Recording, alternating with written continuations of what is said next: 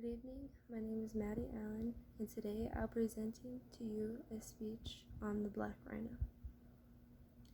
The black rhino is an African roaming mammal that has lived in Africa for hundreds of years. Its population has decreased, sadly, because of poaching from the 1970s and the use of Chinese medicine that the black rhino underwent. Some of the characteristics of the black rhino are that they weigh 2,500 pounds approximately and are approximately 10 feet long.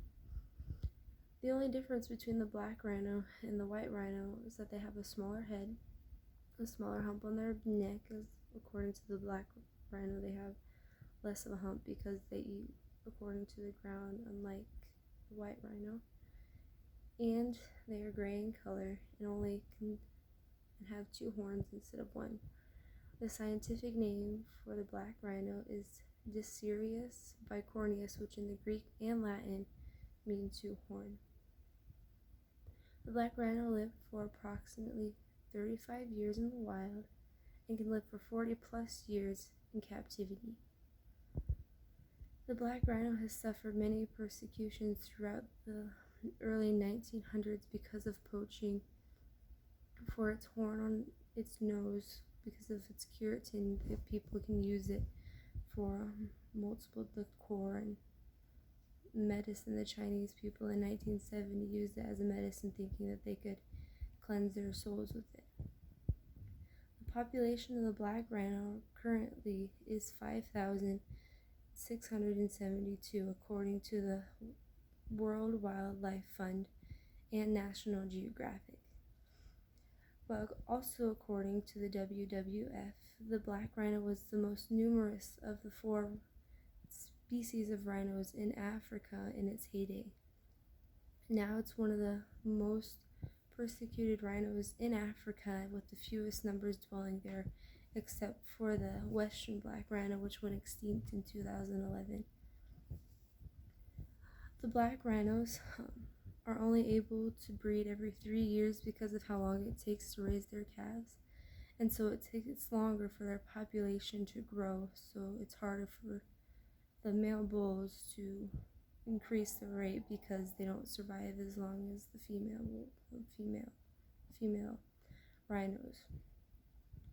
It takes the calves 3 to 5 years to leave their mothers and to go off, and either if they're a female, stay with the herd, or a male go in and find their territory, or if they don't make their mark, be pushed out of pride and eventually die.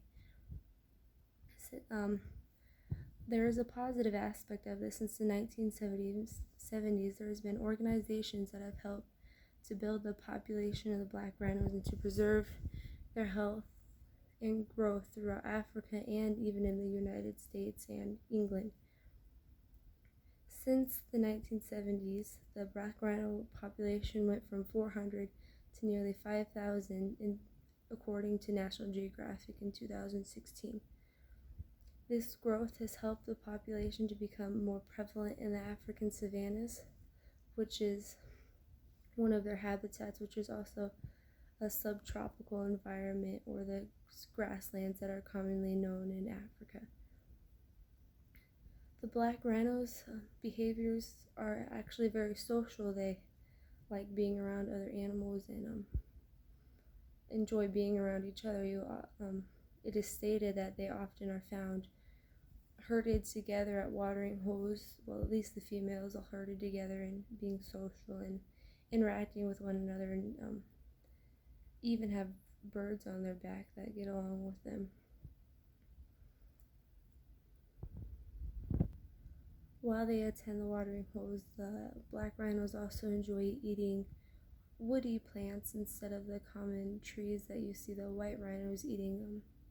Also, another difference between them is that their lips are hooked while the white rhino's lips are straight.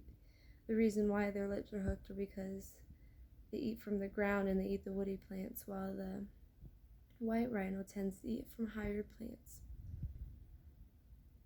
The black rhino doesn't have many things that threaten their lives other than the poaching, obviously, that was mentioned, which is being prohibited, but they do get attacked sometimes, but when they do, they can run and go up to about 35 miles per hour, which is amazing. And obviously, because of their weight and size, they don't really have any predators other than other rhinos. So the black rhino doesn't really have to worry about anything hurting them other than people. In conclusion, I would like to say that the black rhino is a beautiful creature that's luckily growing back in numbers when it was supposed to be declared extinct in 2011. Luckily, we have organizations that are helping to save the rhino and are helping to grow their population, and even have people that sponsor them to even adopt a rhino. Some of the organizations are National Geographic, which are helping rebuild sanctuaries for the black rhinos in Africa and pertaining lands, and also the World Wildlife Fund, which helps many African black rhinos, which I think on their website they said that they saved almost 500. Anyway, I hope you enjoyed this speech. I hope you have a good evening. Thank you. Bye.